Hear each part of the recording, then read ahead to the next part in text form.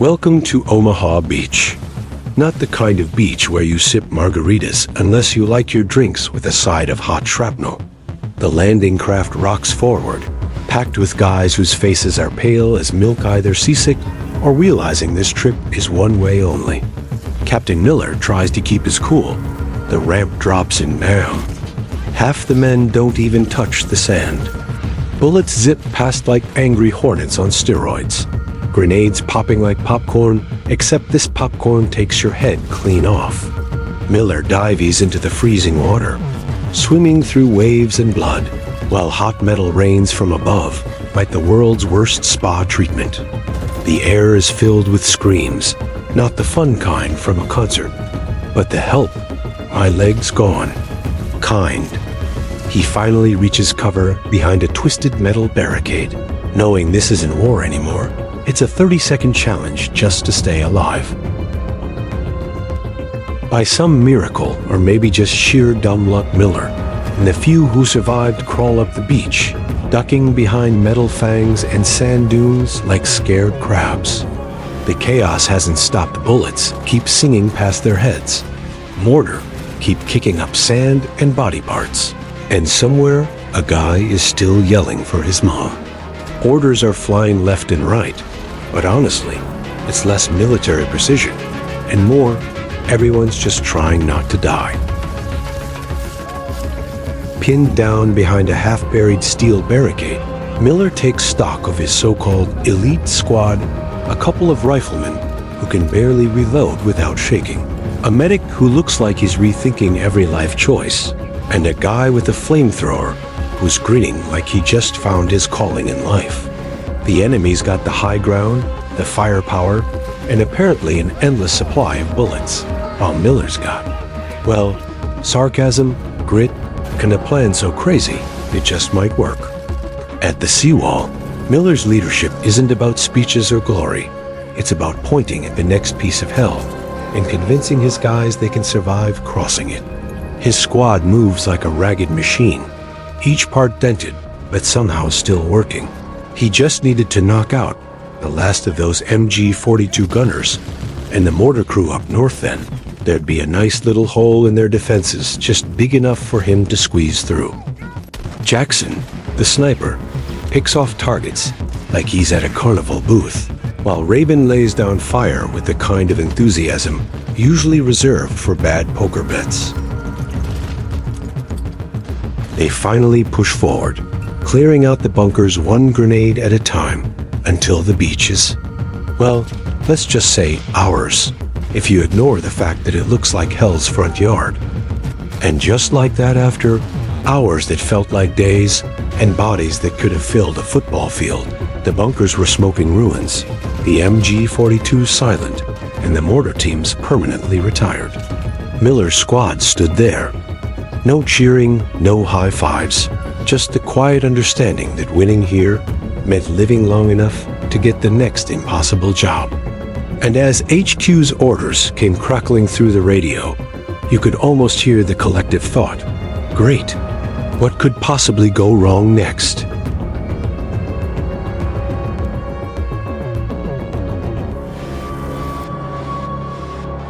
Far from the beaches, in a quiet War Department office where the loudest sound is the clack of a typewriter.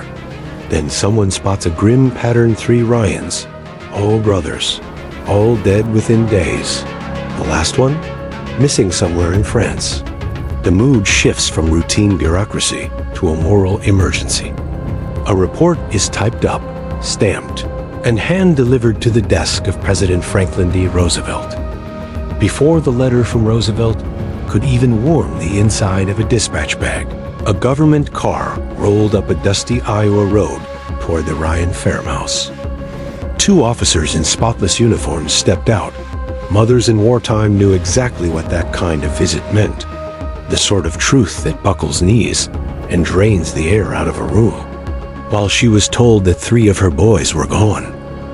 A formal letter leaves the Oval Office, sealed with the weight of presidential authority. Find Private James Francis Ryan and bring him home. Not because it's tactically smart, but because in the middle of the biggest slaughterhouse on earth, sometimes leaders decide to make a symbolic gesture.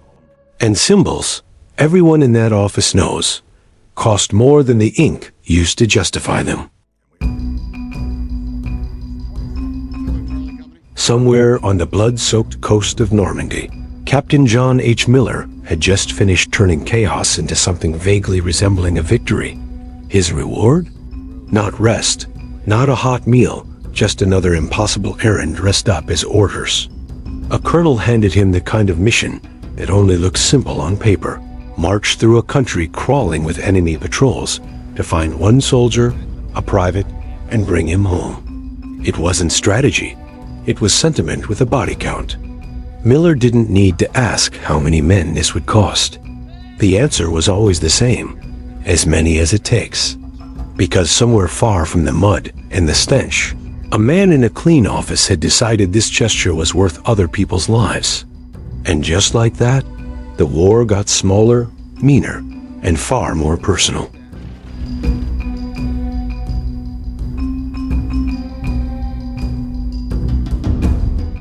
The march through the countryside was quiet enough for introductions.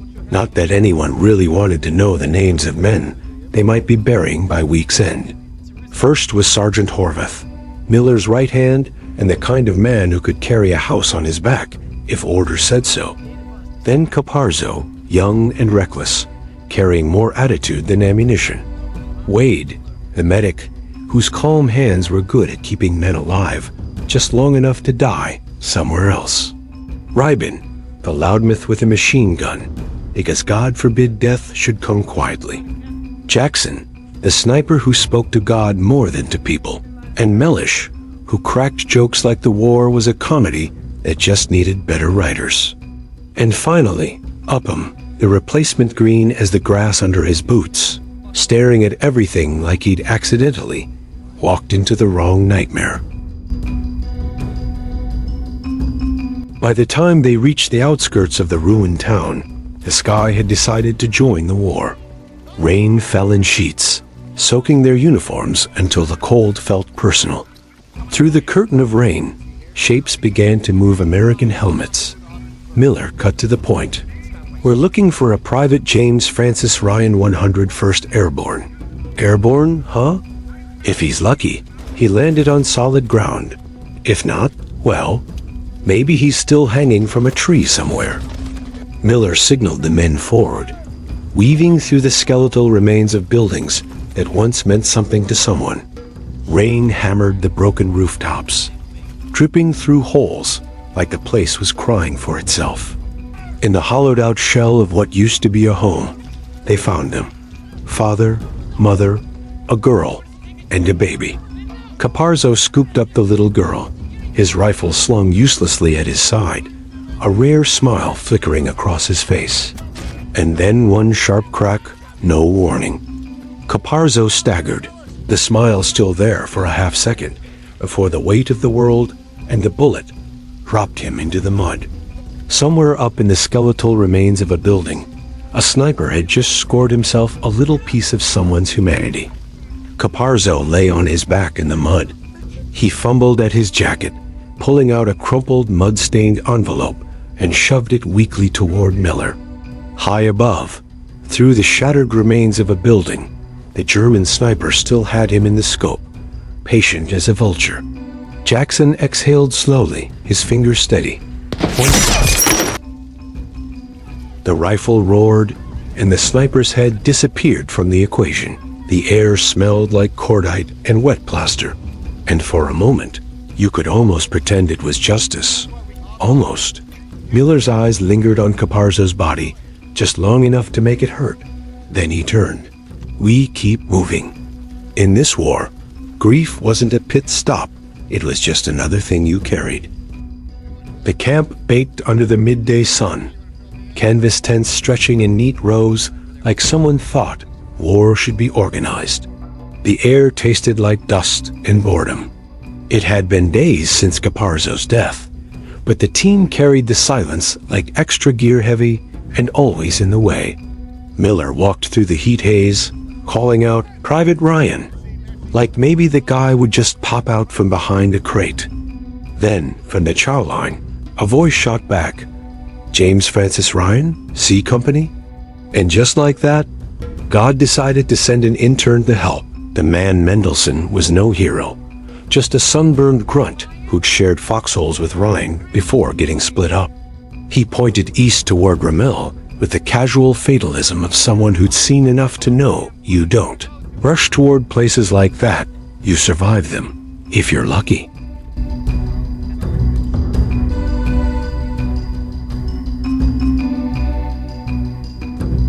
The road to Ramelle was paved in bodies. In the distance, a lookout tower leaned over the tree line, like it was keeping score of who was still stupid enough to be walking this way. Miller's jaw tightened. The tower wasn't just scenery. It meant someone was watching, and not the friendly kind. Miller wasn't thrilled about the job, but if that tower stayed standing, it'd turn the next American convoy into a bullet buffet.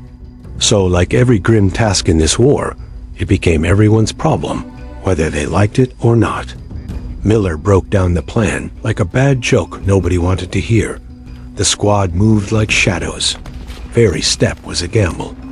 Upham, the translator, just stood there watching his buddies dance with death, bullets whipping past like angry hornets and grenades popping off like some twisted fireworks show. Then, out of nowhere, silence. Without missing a beat, Upham hustled forward, lugging his gear into the heart of the chaos. Wade took a step too far from cover. Well, that's war.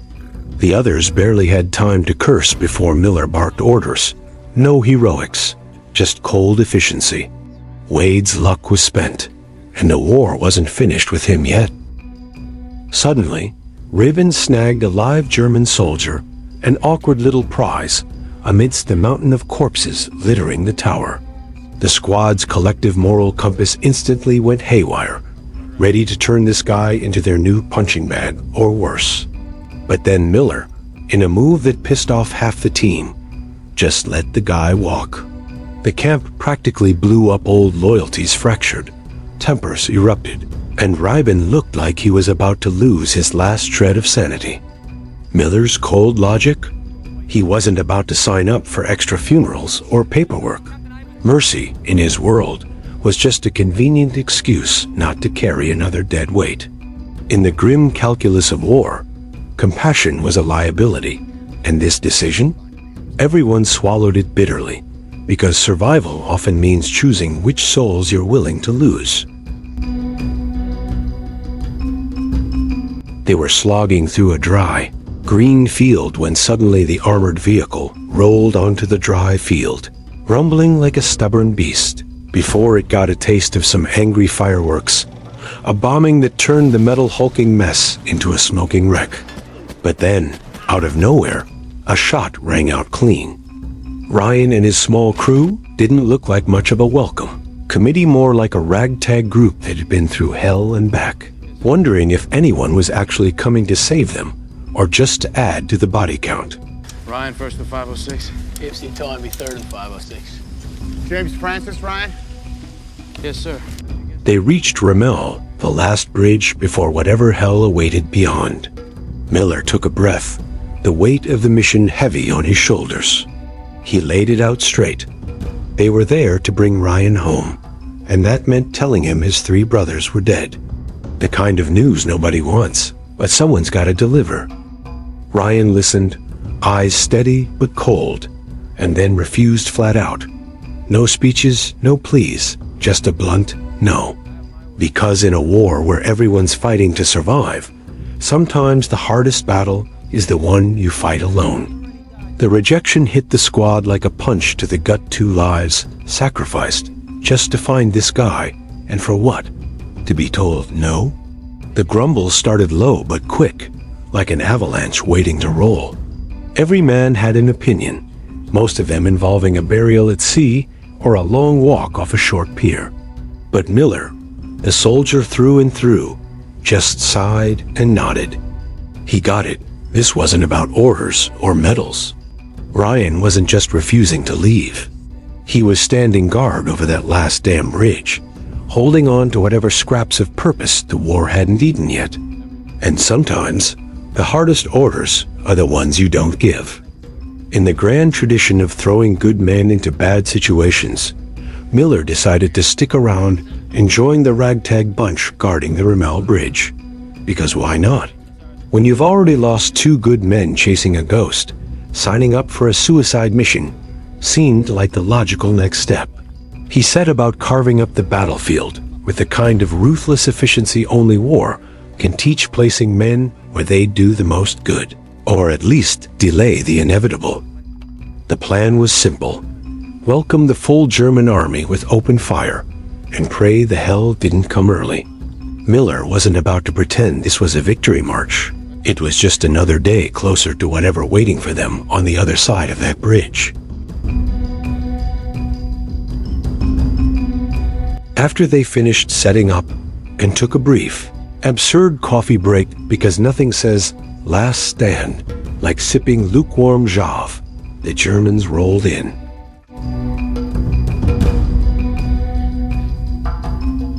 Leading the charge was their pride and joy, the Panther tank, a metallic nightmare built to tear defenses apart.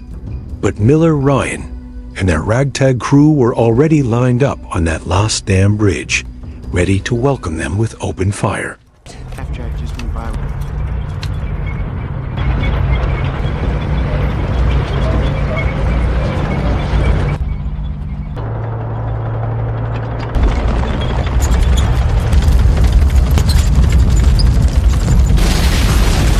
Bullets shattered the morning calm, turning the field into a deadly orchestra. The Panthers thundered forward, hunting shadows like metal beasts, but the defenders fought like cornered dogs, ferocious, desperate, and with nothing left to lose. Explosions bloomed like deadly flowers, and every shot was a silent scream. This fight wasn't ending without hell breaking loose. The Americans, finally done with polite greetings, unleashed hell. Bullets tore through the air like angry wasps, ripping into the advancing Germans with all the fury they'd been saving up. Machine guns spat death with mechanical precision, turning enemy lines into Swiss cheese one body at a time.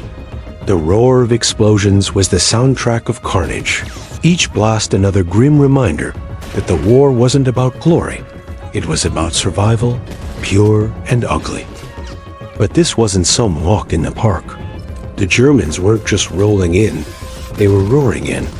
Their Panther tanks snarled like beasts unleashed, and Jackson, perched high with a sniper's pride, took a hit that sent him crashing down. Miller saw it all, the iconic moment the lookout tower exploded in a shower of splinters and fire, a grim reminder that luck was a fleeting visitor here. Upham, the translator, was born for everything but war. From the moment he first set foot on the battlefield, he couldn't even bring himself to lift a weapon, because apparently, bravery wasn't part of his job description. Meanwhile, Mellish fought tooth and nail just to keep breathing, while Upham, the translator, broke down crying like a kid who just realized war wasn't a game and let his buddy slip away. Sergeant Horvath wasn't spared either. Bullets found their way to him too, though he held the line with Miller's help.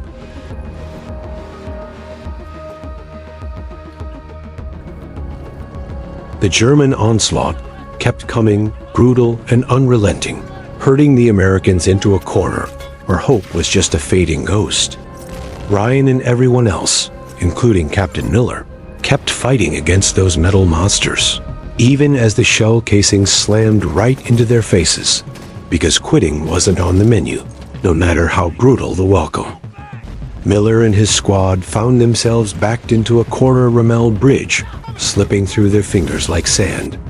Explosions kept pounding them relentlessly, each blast a reminder that this hell had no mercy. Sergeant Horvath was hanging by a thread, barely holding on, his strength fading like the last light before darkness swallows everything. The fight was slipping away, but surrender wasn't an option anyone dared to whisper. Even Miller, the tough-as-nails soldier, wasn't immune. One sharp bullet finally found its mark. Just when it looked like the last bridge and every last man on it were about to become history, the sky finally answered with a roar and a cloud of death. The P-51 Mustang swooped in like a guardian angel armed with bombs, turning the German tanks and troops into a smoldering mess. It was the kind of rescue you don't see coming until you're already halfway to the grave. Miller didn't cheer he couldn't. Shot and gasping for breath, he was barely holding on. With his last ounce of strength, he made one thing clear. Ryan had to live. Ryan was the fragile thread holding their shattered mission together, the only hope that this nightmare could end, so Miller could finally rest.